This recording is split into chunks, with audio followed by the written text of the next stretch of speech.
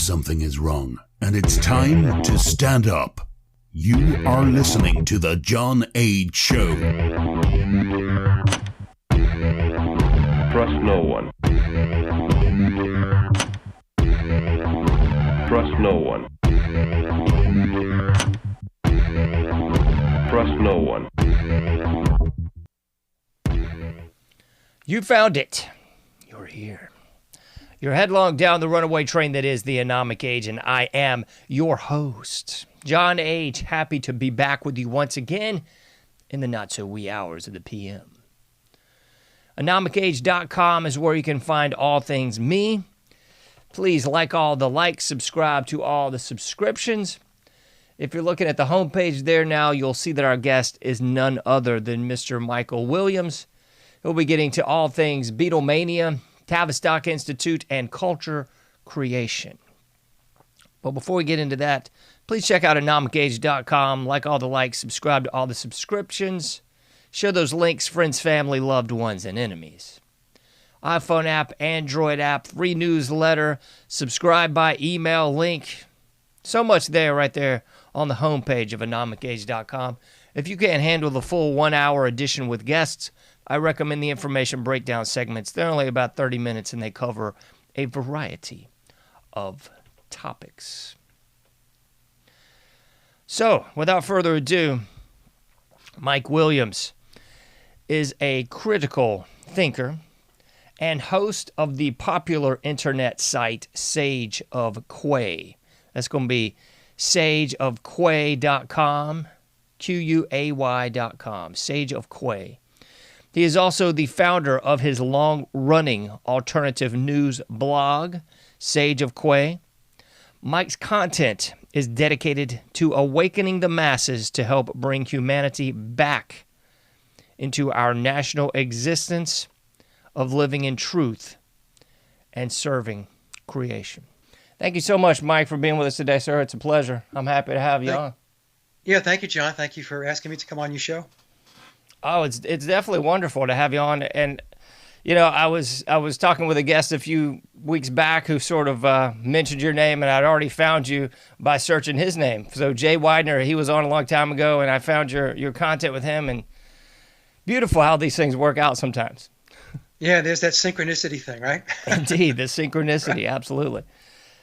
Well, there's so much to get into with your research with the Beatles, and it connects into what I've kind of done a lot of shows about in the past, I'd say few weeks, but honestly few years. I've sort of come back to this notion of culture creation and how much of our quote-unquote culture is legitimate grassroots. This just happened sort of natural thing, but the more you sort of start picking at this thing and looking into these various avenues, the more, unfortunately, you find that so much of this has been contrived, manipulated, or at least somewhat controlled by something. And the Beatles, I think, being one of those big ones that is such an iconic band. So many musicians from various genres will point back to them as saying that was so influential, and this album and that album and so forth. So I understand why so many folks have this resonance towards, I'd hate to go there, you know, but in that quest for the truth, I think we got to go there. Yeah, it's a tough pill to swallow, John, for so many folks, especially people that are my age. We grew up with the Beatles. And so for most of my life, I was a Beatle fanatic. And it was because of the Beatles that I got into music. I learned to play guitar, write songs, record, and all that stuff. So in 2016, when I came upon a book titled The Memoirs of Billy Shears, which was published, well, the first edition was published back in 2009, and I read that book, I was having a difficult time getting my head wrapped around what the book was saying.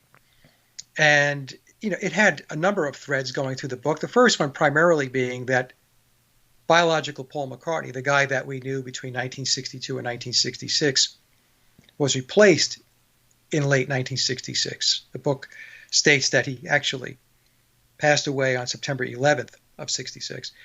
And he was swapped out with Billy Shears.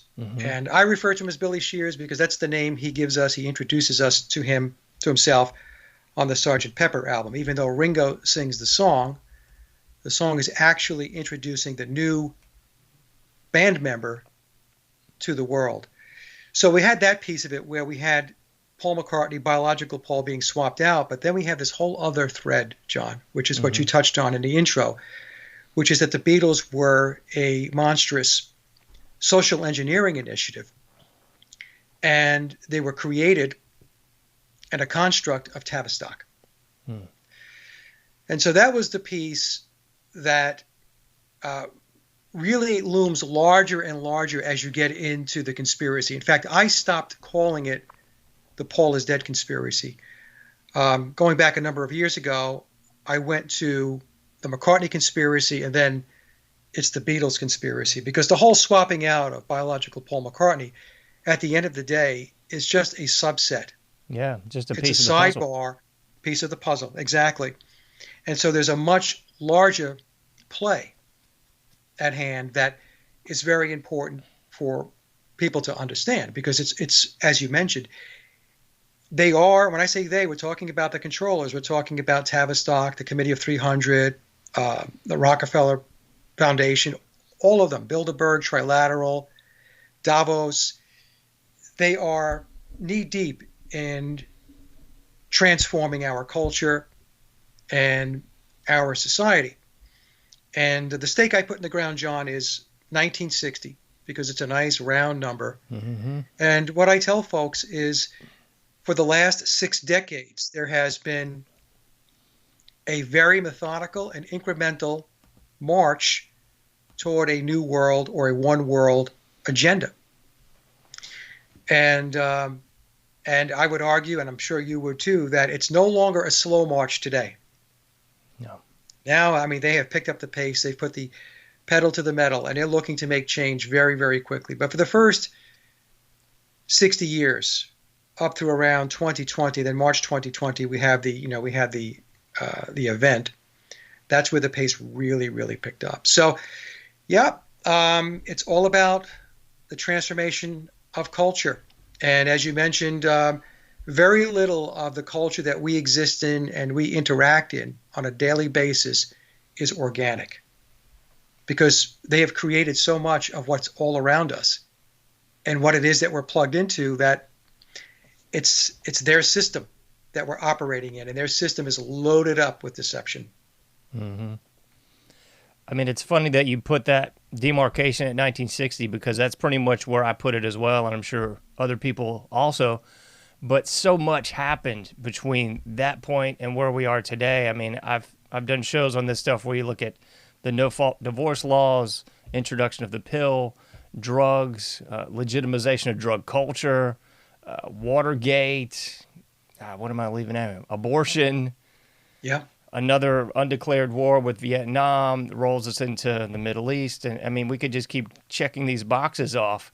But so much of that was out of the culture that I would argue, and probably you as well, that was just created at 1960 from so on to where we are today. It was just, I mean, you look at the 50s and there was a little bit of harbingers of things to come with Elvis and Jerry Lee Lewis and Sun Records. But then you hit 1960 and it just sort of really goes downhill, snowball effect, if you will, to where we are today. Yeah, because 1960 was the beginning of their age of Aquarius, or their their eon of Horus.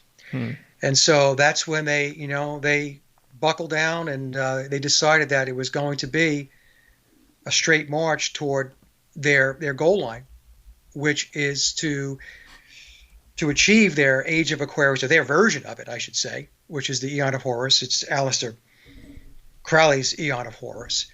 And all the things that you rattled off. And one of the most significant events, John, that took place goes back to the Kennedy assassination. Yeah, I left that one in out. 1963. That was a huge, huge turning point, especially with regard to the American psyche. Because at that point, when Kennedy was elected president, there was a lot of upbeat. There was a lot of hope. There was a lot of people were filled with inspiration that things were really going to take off for the country. And then when Kennedy was assassinated, that was popping the bubble, a big bubble. And when you take a look at what's happened since the Kennedy assassination on November 22nd of 1963, as you mentioned, there's just a litany of events that have taken place.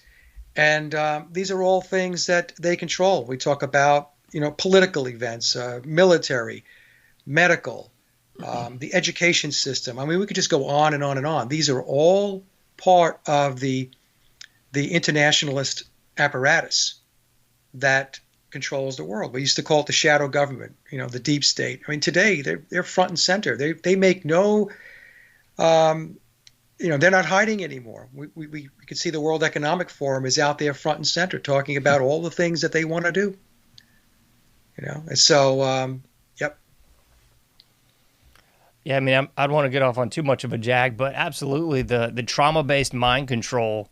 And I know Naomi Klein did a whole book, The Shock Doctrine. And I think for so many people, the shock and that trauma-based mind control kind of began with that JFK assassination and then rolled into RFK, MLK, and John Lennon and attempt on Reagan and 9/11. It just keeps on with more and more trauma. But for so many people, the images on the television screen in the JFK assassination really burned and seared into their psyches and really changed, like you said, a whole generation of people. I mean, my parents and grandparents, everyone in that generation always went back to that moment and said, well, that's kind of when it all changed. All thought, all trust in government, all legitimacy of anything was just sort of put into question with that one event.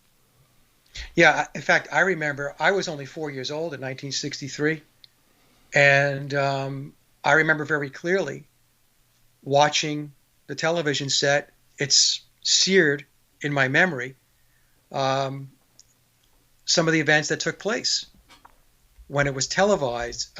So I was only 4. So when we talk about how it can affect, how it's trauma-based, and it has a lingering effect, it definitely leaves an impression. And if I was only 4 and I remember it, then people who were much older than I was are going to have a much greater recollection of that day, and it could potentially have more of an impact to them emotionally and mentally going forward. And then if you put these pieces together again, you're looking at JFK in 63, and then by 64, we're at the helm of what they term the British invasion, with the Rolling Stones, the Beatles being that cornerstone band of that, and many others to follow. Yeah, exactly. So the reason why I brought the JFK piece into it is because it was a major event. That's number one. Absolutely. But number two, the Beatles were a logical step from a mind control perspective to go from the JFK assassination to this wonderful thing referred to as Beatlemania. Escapism. Right, escapism. So it took a country, because when the Beatles came to America on February 7th of 1964, it was referred to as the Beatles conquering America. Mm-hmm. Right? They pick and choose their words very, they have meaning. You just can't schlep it off and say, well, it doesn't mean anything. There's intention behind their words. And so when the Beatles arrived, it was right off the heels of the Kennedy assassination, and that's part of the perpetual state of trauma-based mind control and conditioning that takes place in the world. Yes, no doubt. So a lot of the things that are sort of questioning or causes consternation to people when we talk about the Beatles is, they sort of just rose out of nowhere, seemingly. And a lot of people will draw those comparisons with the occult, rightfully so, as far as meeting at the crossroads. And you've heard of all these different bands and entertainers, I'll just say, selling their souls and all these sort of things. So I think that's one of the major sticking points with the Beatles is they seem to come out of nowhere. They didn't really pay their dues, I think, in a lot of people's eyes of working their way up from a small club to Shea Stadium. Is that accurate? Well, a lot of people will say, based upon the official narrative, that, they paid their dues because they did Hamburg and all that stuff. Mm-hmm. But you have to put it within context, John.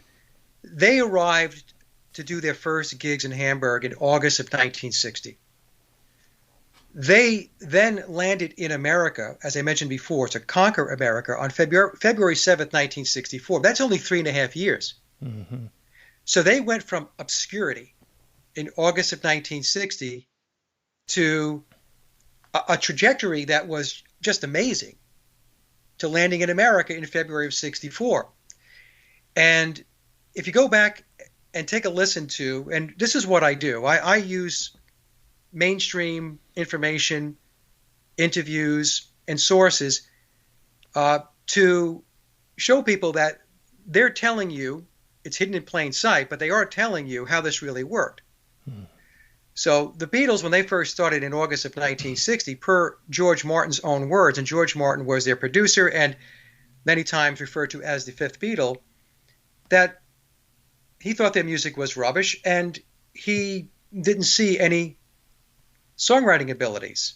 Like he didn't see any songwriting acumen coming out of the Beatles, out of John Lennon and Paul McCartney.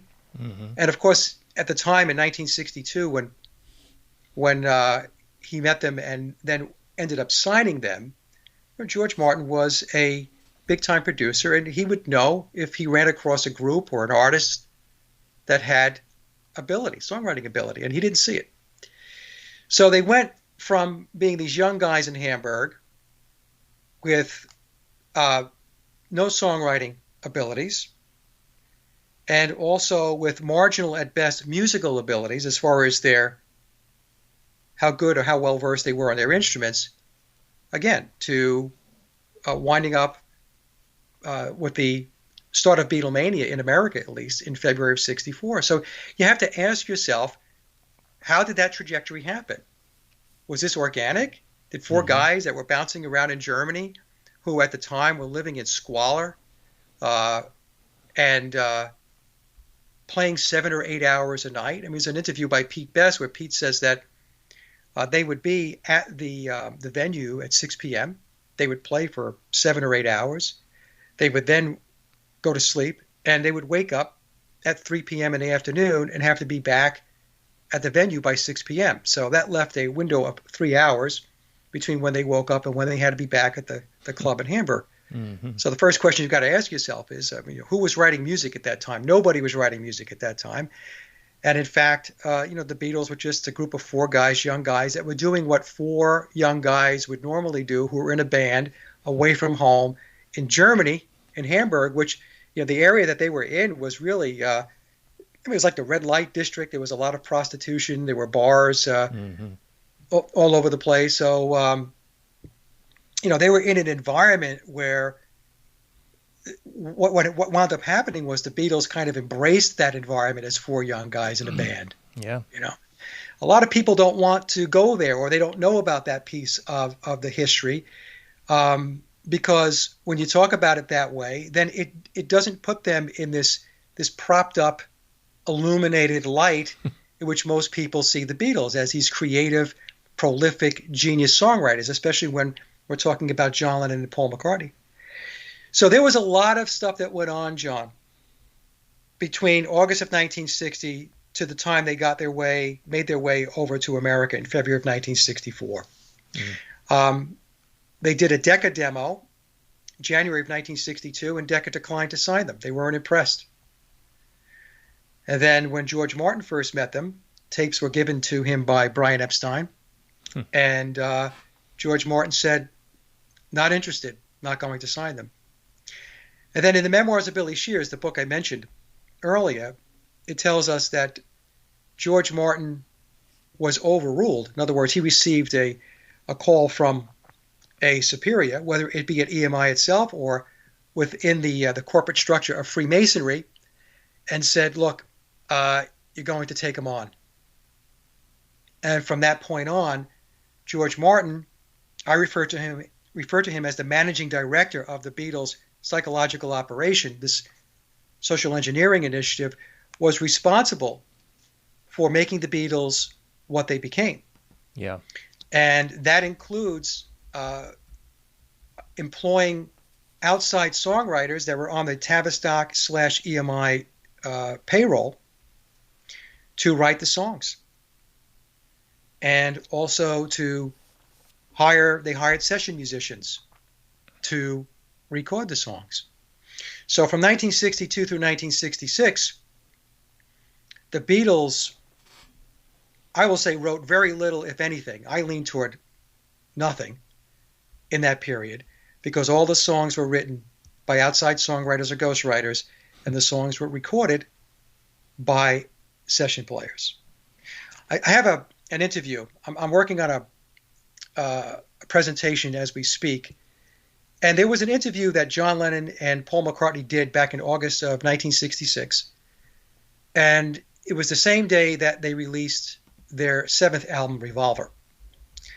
And then in that interview, Paul McCartney states that they were limited as a group and not all that good musically. And so you have to ask yourself, at that point, when we're talking about Revolver in August of 1966, for one of the main songwriters of the greatest band, what many people consider to be the greatest rock band of all time, to state in an interview that they were limited as a group and not all that good musically, well, that flies in the face of the picture of what the official narrative wants to present to the public, that they were prolific geniuses, musical geniuses.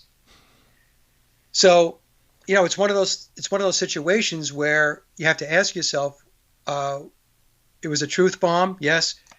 Was it revelation of the method? Possibly. So it's a very interesting story, John. When you get away from the official narrative and you start digging into what was really going on, it becomes very, very interesting. And I think a lot of people don't want to view it through that lens. I think it goes back to sort of our belief that it all just happened. But if you look at the music industry as an industry, that's what it is. These big corporations want whoever the public view of it really doesn't matter. They want whoever the person that can sell their product the best. That's the bottom line. Whether they're selling candy bars or a song, they want that best face forward, and they'll sort of fill in the blanks with the musicians, the songwriters, the stage, the lights. It's all a show, folks. It really is all a show.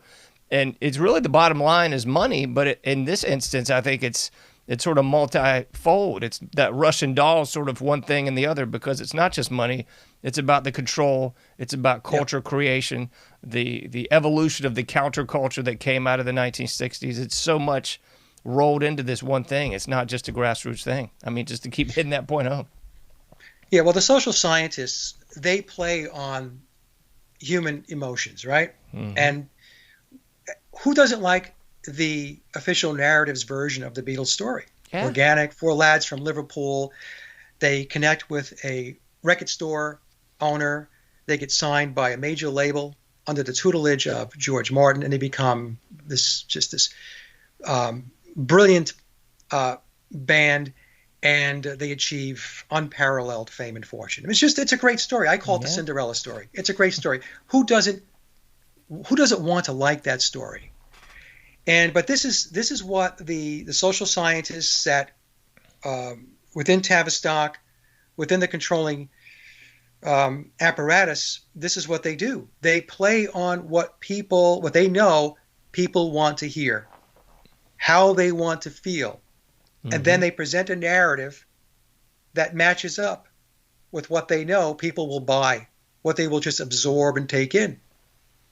But to your point, and you're absolutely right, the music industry, the entertainment industry is a business. And not only is it a business, it is one of the most ruthless businesses to operate within, because everything is about money. Everything is about a product and getting the best product out the door.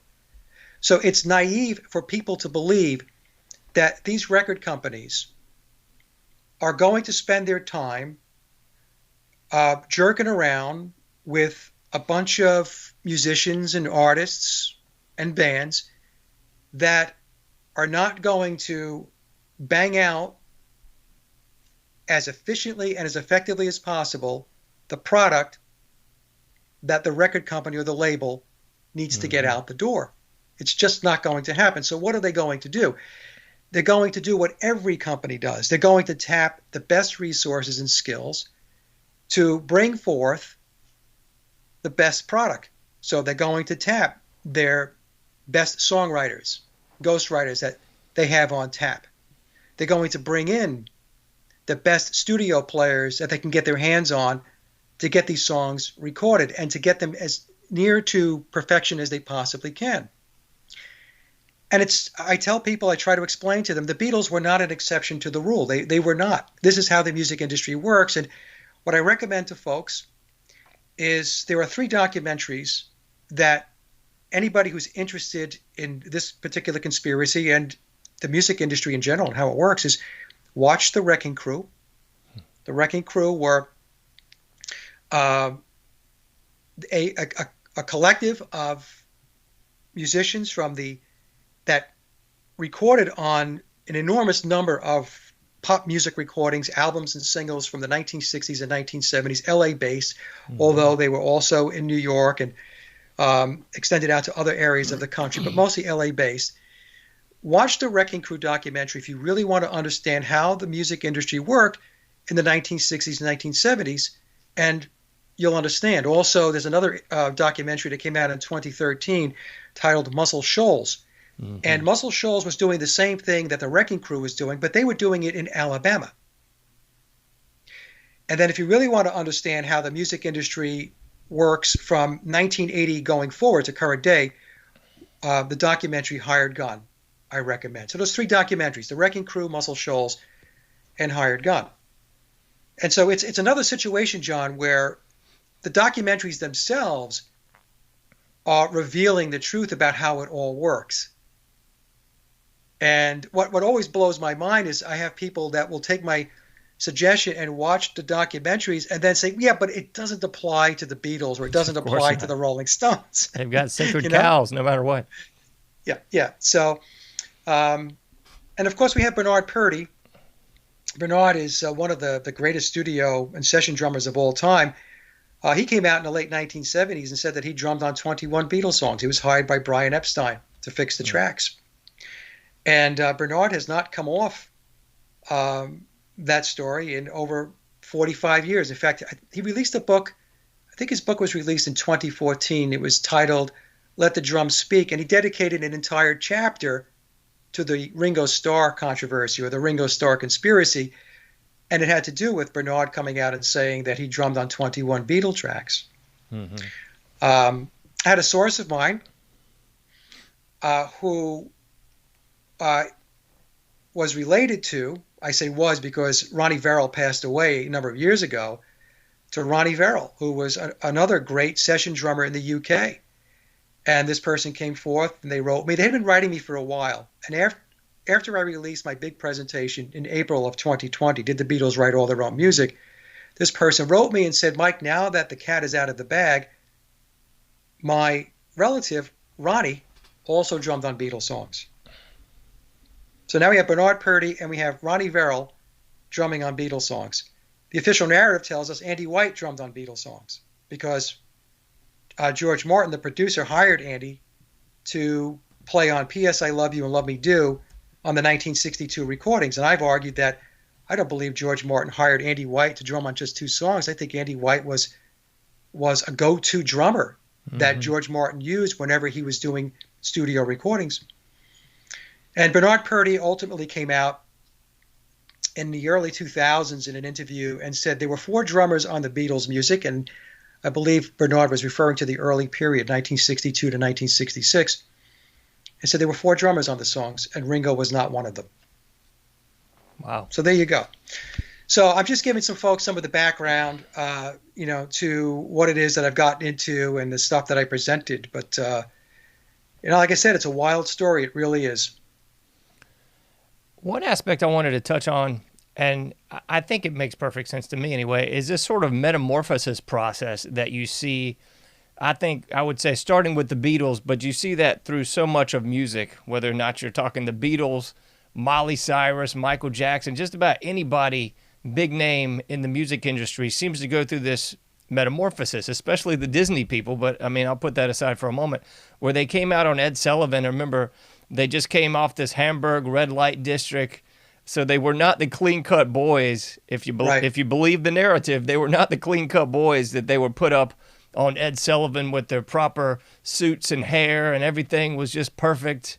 And then you juxtapose that 10 years down the road to the heavily influenced by psychedelics, heavily pushing the drug culture, all sorts of Indian influence, the beards, the longer hair, and they seem to have gone through this metamorphosis. Again, I'll say, just like you see so much of the big acts go through for generations now, multiple decades, we're seeing the same sort of trajectory. And I know some people are going to chalk it up, well, they grew older and they grew up and things changed, but it seems to be such a dichotomy of just polarization, like clean-cut boys to, yes, free love, free sex, let's do it all, maybe a little Satanism on the side, Yeah. So a lot of people will say, well, they just evolved as it went along, but that's not what happened. Yes, there was an evolution, but it was not an organic evolution. The evolution of the Beatles and other bands and other artists and entertainers is determined by the social scientists. So in the case of the Beatles, it's Tavistock. So they had to start the Beatles at a certain point where they were going to be accepted by the culture and the society at that point in time. So they couldn't show up in 1967 psychedelic garb in 1962. Mm-hmm. They would just be set aside. Nobody would pay any attention to them.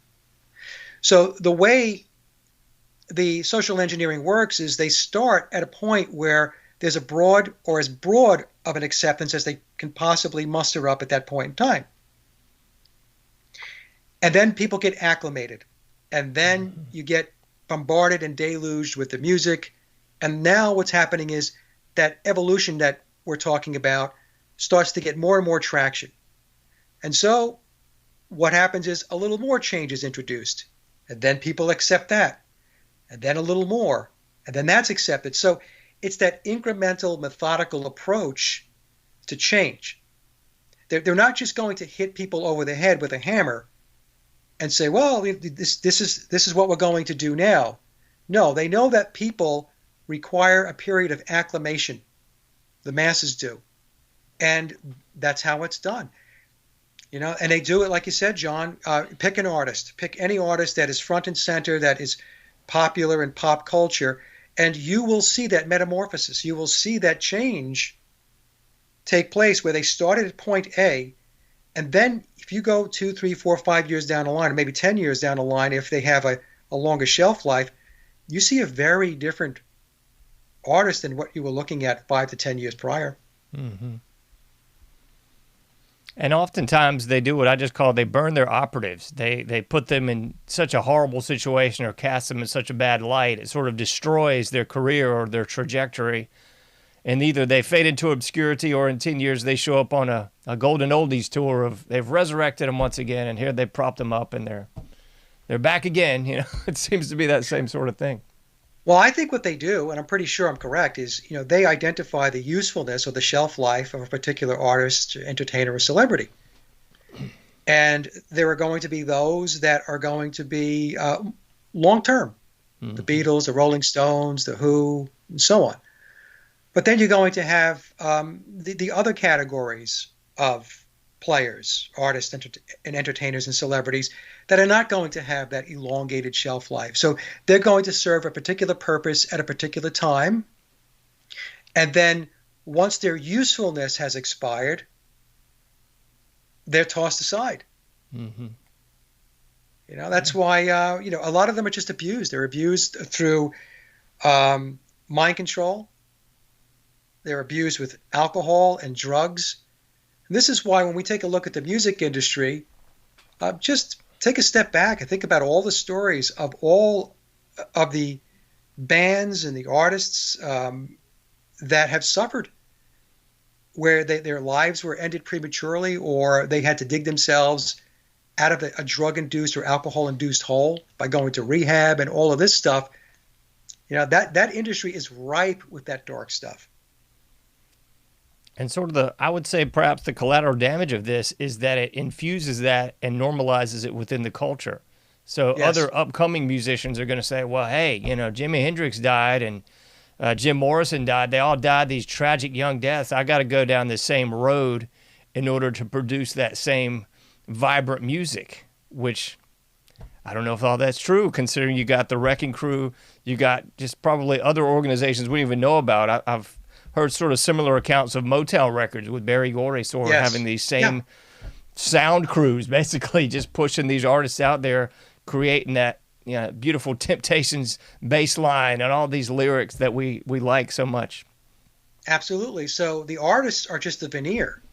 There's an entire machine that is behind the curtain to prop up the artists and that veneer. And the average person doesn't see what's behind the curtain. It's like trying to see if the Great Oz is behind the curtain. You pierce the veil. So most people, they don't do that. They just take it at face value. They believe the stories that are put out about how brilliant these songwriters are, these bands are, and all that stuff. And they have no idea how the industry really works. And you also, John, you hit on a good point, and you're right in the sense that what they do is they glorify a depraved way of existence, where sex, drugs, and rock and roll. We've all heard that. Sex and drugs and rock and roll. And so many young people buy into that because it's glorified, and they think it's cool, and they think it's a way in which to conduct yourself, and you're going to get ahead. When the truth of the matter is, it's just a way to break down society. It's just a way to dismantle the culture and societal values of a society that had traditional values and looked at things in a much different way, in a much different light, going back to prior to 1960, because we put that stake in the ground. But that's what it's really all about. It's to implant in people's heads that that's okay when it's really not okay. But by you thinking it's okay, you're actually further enabling their agenda to destroy the culture and to destroy society. And so many people, they don't get it. And with the Beatles especially, I know this occurred a little bit with Elvis also, and it went on throughout his career, but with the Beatles, it's the first time that I saw just this complete insanity with screaming people and people passing out. And I think it sort of followed that same trajectory I was talking about with the mob mentality or the groupthink. So once they see people do it, whether or not these are actors, paid for provocateurs, or legitimate, it becomes this trope of, okay, well, this is what you do. You show up and you scream and you pass out and you throw panties on the stage and act like a total nut. And now that's just the norm. But if you turn back the clock with the Beatles, that was kind of the first time we saw that. And then that ushered in that new age of contrived rock stars, provocateurs, paid screamers. I mean, whatever you want to call it, it does seem to have been a big change point there with just the crowd and the group thing. Well, the Beatles, when it started with all of that screaming and the girls and all, that was contrived. It was a construct of Tavistock. In the very beginning, these girls were paid. They were bussed in and they were paid to do all the screaming. And then what they did was they would use their trickery as far as their photography and their cameras, and they would shoot at certain angles and close the frame so it looked like there was a lot of people there. And, so they went through all of that. But Tavistock and the controlling apparatus, but in particular Tavistock, because this is their line of business, their understanding of the human mind goes beyond most people's level of comprehension. So they know that humans have this uncanny knack to follow, to mirror, to imitate. So to your point, when all of this screaming was taking place, Tavistock knew that, hey, in the beginning we have to seed this with some money.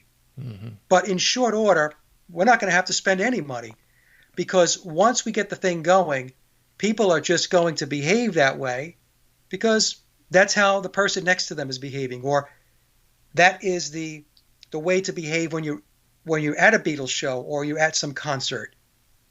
That's the way that you're supposed to conduct yourself. And it's manipulation. It's manipulation of people's minds because, like I said, they know exactly how people are going to react once they're shown a certain behavior. Mm-hmm. It's that old monkey see, monkey do thing. They start seeing Yeah. this as, oh, well, that's what you do. I mean, it's the same cues that a baby picks up on from their parents and their greater social group. It's crazy. Or it's just with any type of fad that even takes place, John, right? When we talk about clothing. Yes. All of a sudden clothing just shows up, a certain type of clothing. This happened to me when I was younger with the bell bottoms and the psychedelic stuff and all that stuff in the 1960s. You know, where did that stuff come from? Was that organic? No, it gets introduced through the media. And now what's happened is now you have an entire population of people, especially in Western culture, who are wearing bell bottoms and psychedelic types of clothing and wearing their hair longer, growing beards and mustaches and all that stuff. It's all contrived. And with the Beatles, I think a lot of people look at them with the Eastern mysticism and the esoteric. But to your point and to your research, Paul McCartney being replaced could, and I would probably assume was, a bit of a ritual, a bit of a sacrifice, if you will, that you see, again, played out in so many different bands and groups over the decades. But I think that could be one of those first early sacrifices. Probably not on par with the halftime show this past year, but it was the 1960s more covert sacrifice. Well, in the memoirs of Billy Shears, it strongly alludes to biological Paul McCartney. When I refer to biological Paul McCartney, this is the Paul McCartney from 1962 through 66. Of course, he was there before 62, but I'm talking about when the Beatles had hit their point where they were leading into fame and being famous. So that would be 62 through 66. It tells us that McCartney and John Lennon entered into a Faustian bargain in October of 1963. So a Faustian bargain is a deal with the devil. Yeah. Or as Bob Dylan would refer, it's a deal with the chief commander. And so what the controllers did, if that is true, and my personal opinion, Jay and I talked about this, these rituals take place. Okay, a lot of people don't want to hear it. They don't like to think about it. They want to pretend it doesn't happen. But there's a lot of dark stuff that happens in this reality, folks. And as I mentioned, the music industry and the entertainment industry itself is ruthless, and it is very dark. So, the Beatles were prepped leading into their first album, which was released on March 22nd, 322, Skull and Bones, also Genesis 322. Please Please Me was released, and they got a taste of fame and fortune. They got a taste for success. And then in October of that same year, 1963, that's when they entered into the deal. And what I try to explain to folks is, John Lennon and Paul McCartney at that time were two very young guys. Paul was 21 and I think John was 23. And they didn't know what they were getting into. But they went through whatever the ritual is comprised of, whatever the ceremony is, they went through it. And right after that, everything really took off. Then they released their second album with the Beatles on November 22nd of 1963. So think of the dates. March 22nd, Skull and Bones. Mm-hmm. And then November 22nd of 1963 was the exact day that John F. Kennedy was assassinated. Wow. Okay? So the Beatles as an entity are immersed in the occult. And so it's very possible that biological Paul McCartney was his death, if we are to believe that he died in September of 1966, September 11th, was a result of entering into that Faustian bargain. So we can look to the 27 Club for people that are familiar with early deaths of rock stars and entertainers. But just take a look at some of the other bands during the Beatles' time. We have Brian Jones of the Rolling Stones passes away. Mm-hmm. We have Keith Moon of The Who passes away. John Bonham of Led Zeppelin passes away. And we can go on and on and on. So the whole bit about entering into these pacts with Satan, with Lucifer, with the devil, whatever label you want to give this entity.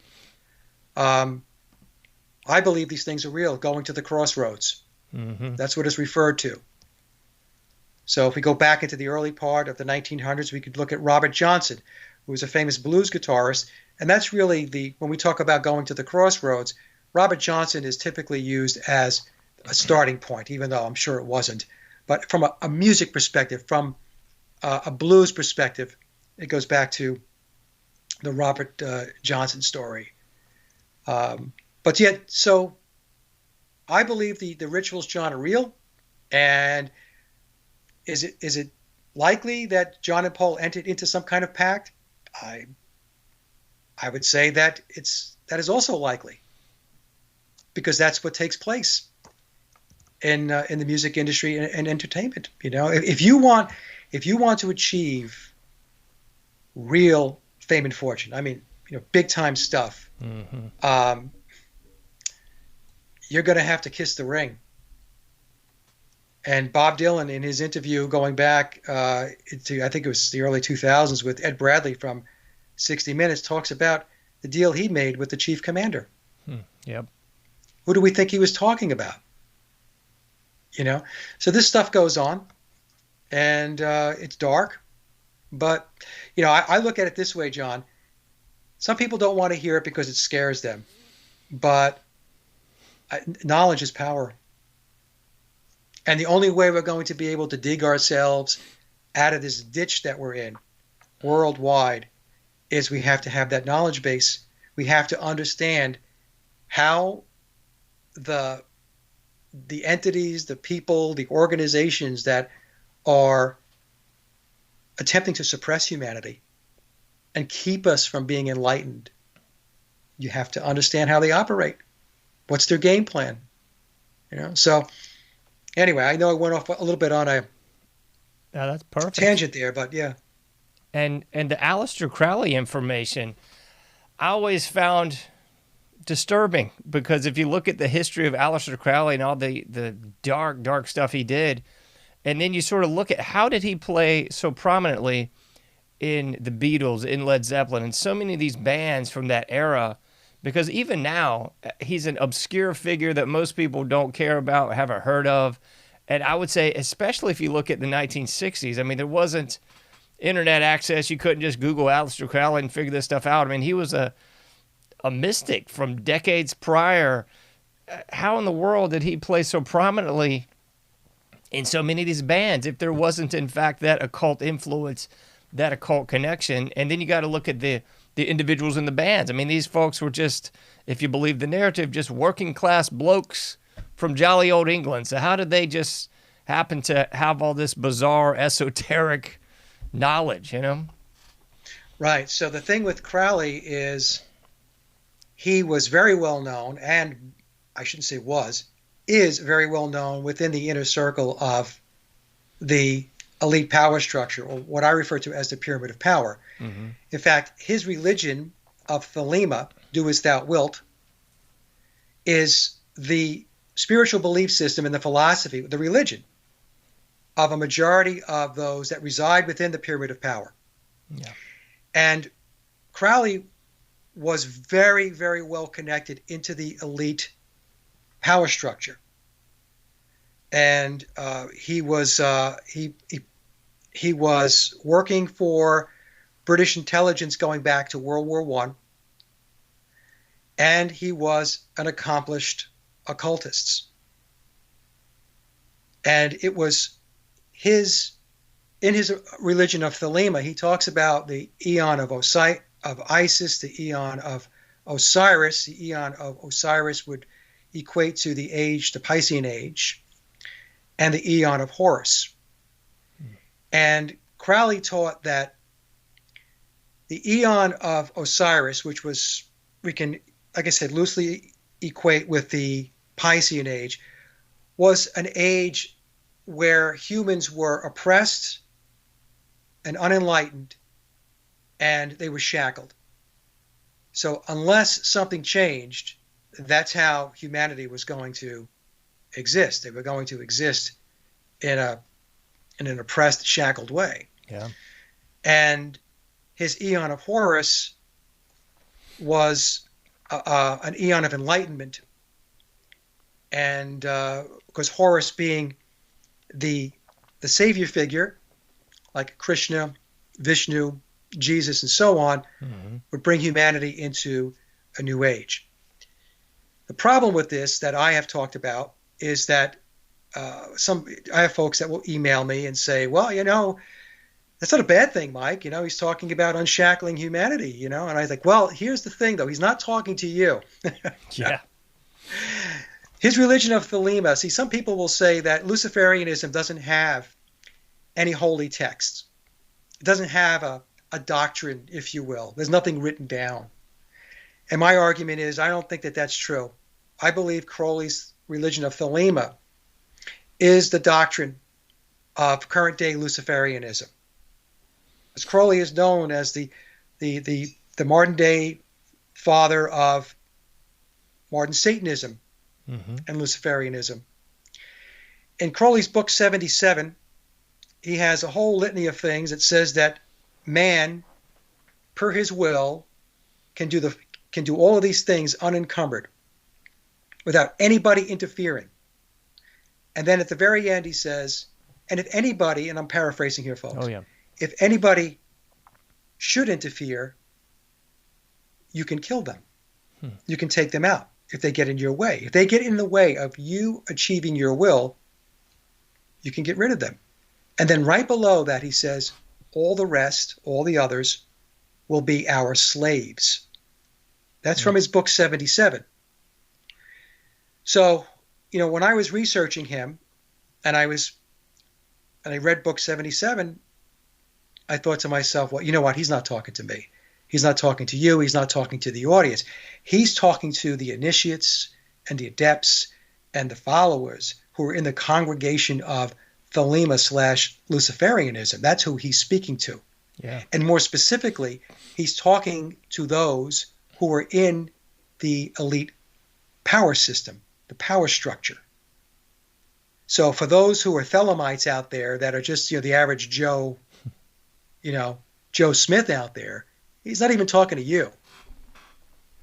It's to me, it's a system where they're looking to clearly break away from the rest of humanity, eliminate as many as they possibly can in the process.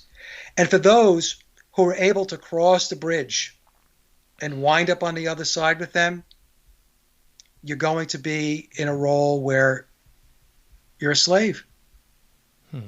You're going to be subservient to them and their system. And so a big piece of Crowley, goes back to the Eastern religions. And he himself, it all goes back to the Egyptian mysteries. And what I have said, what I have presented to my audience, John, is that the controllers are Egyptian mystery fundamentalists. Yeah. They're Egyptian mystery zealots. And that's their religion. And so they're imposing their religious philosophy and their principles on us. So if we go back to Crowley, they're imposing their will on us. Do as thou wilt. And in my opinion, that's what's going on right now. And because it's based in occultism, we're going through a process of ritual. We're going through a process of alchemy. So the breaking down of culture, the breaking down of society is an alchemical process. This is how they think and this is how they operate. Nothing they do, this is what folks have to understand, nothing they do is natural or organic. It's all contrived and constructed. And in their twisted minds, they believe that they can push the natural order out of the way to accomplish their goals. And this is why when we take a look at what's going on today in our world, it's all upside down. It's like a comic book. It's like we live in a cartoon. And it's because they're going about this in an inorganic, alchemical way in which they're trying to bypass the natural order. That's absolute fact. Yep. And I And know, since I'm sorry. I was going to say, I know this is going to shatter everybody's image of the Beatles, but I saw this sort of comparison while we were talking. It's kind of like a grooming. It's like the Pied Piper groomers that the Beatles, first showed up after this big trauma as this age of, oh, it's going to be okay. And so we begin to trust these fine folks from Liverpool with their nice suits and their cute little hair. And then before you know it, they've groomed you into, Right. oh, well, you know what? You could be doing this. Like, I mean, it's so sick when you think about it and compare it to pedophiles or some fruitcake in a van trying to get your kid in a compromising position. But that's kind of what they did. They groomed you into accepting this. And before you know it, well, you've done this. You've had all this, drugs, psychedelics, sex, drugs, rock and roll, that whole trope. And then before you know it, a couple generations, that's just infused into the American mindset and culture. And you don't even realize we were groomed into accepting this alchemical Faustian pact for like the whole generation, it seems. Right. And I should also mention that in the book, The Memoirs of Billy Shears, Billy alludes very, very strongly. There's nothing concrete and definitive, but it alludes to it very strongly, that his father is Aleister Crowley, his biological father. So Billy Shears is the guy that replaced Paul McCartney, biological Paul McCartney. And so now Crowley his thing was sex magic. And I suspect, along with my colleagues, my fellow researchers, that Billy is the result of sex magic. And children who are conceived from the act or ritual of sex magic are identified immediately for very important roles, influential roles in life later on as they progress in their life. So we believe that it's possible, very possible, that Billy was conceived via a sex magic ritual that Aleister Crowley engaged in, and Billy was the child that was born from that ritual.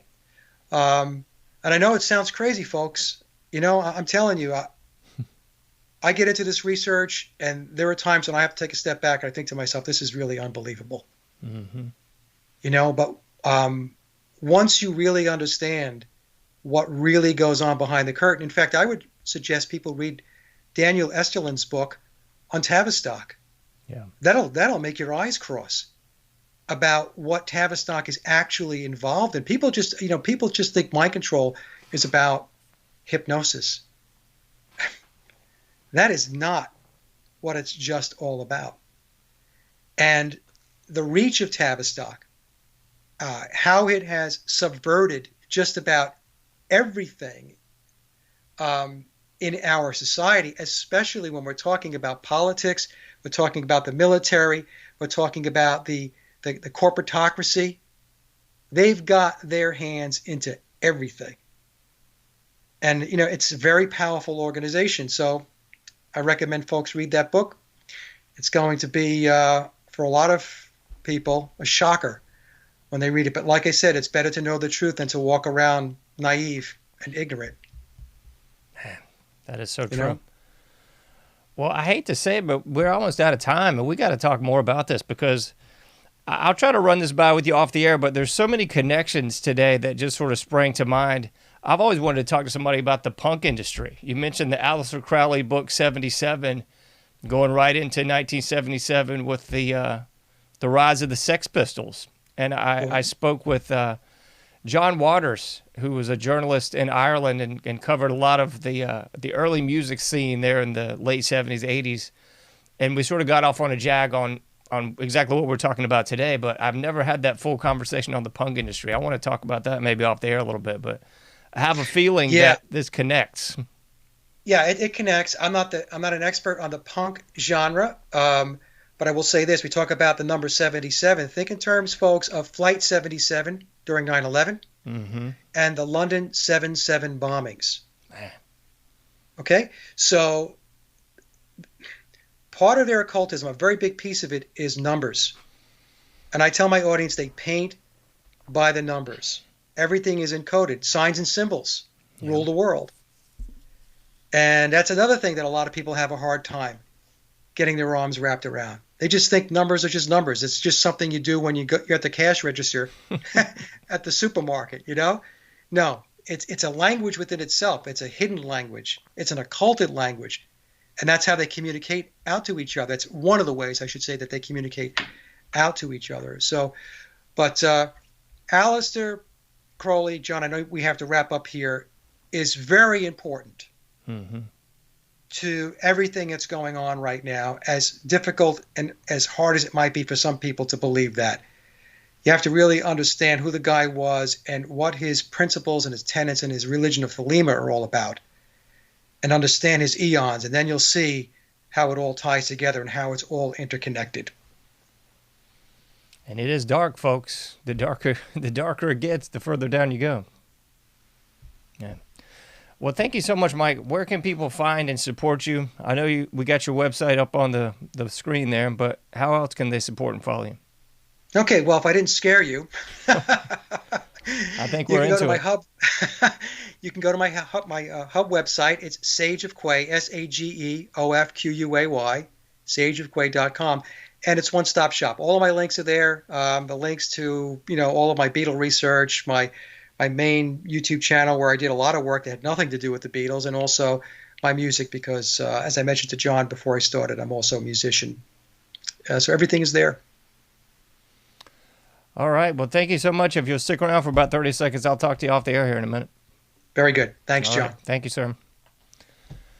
Folks, we barely got our feet wet in this, but if you missed any of it, AnomicAge.com is where you're going to be able to find today's episode in its entirety.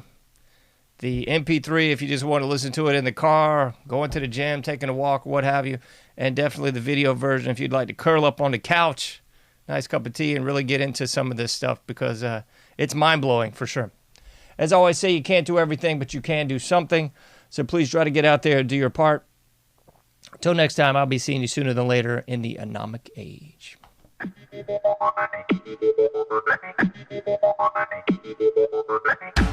Thank you for listening to the Anomic Age, a John Age project.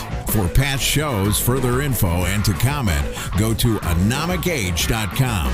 That's AnomicAge.com. Till next time, thank you for listening to the Anomic Age.